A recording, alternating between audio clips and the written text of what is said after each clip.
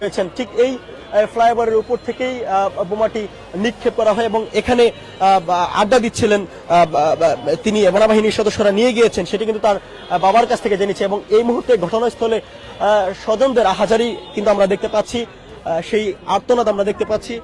বোমারাঘাতে যিনি নিহত হয়েছেন তার স্বজনরা এবং আমরা সেটি দেখতে পাচ্ছি।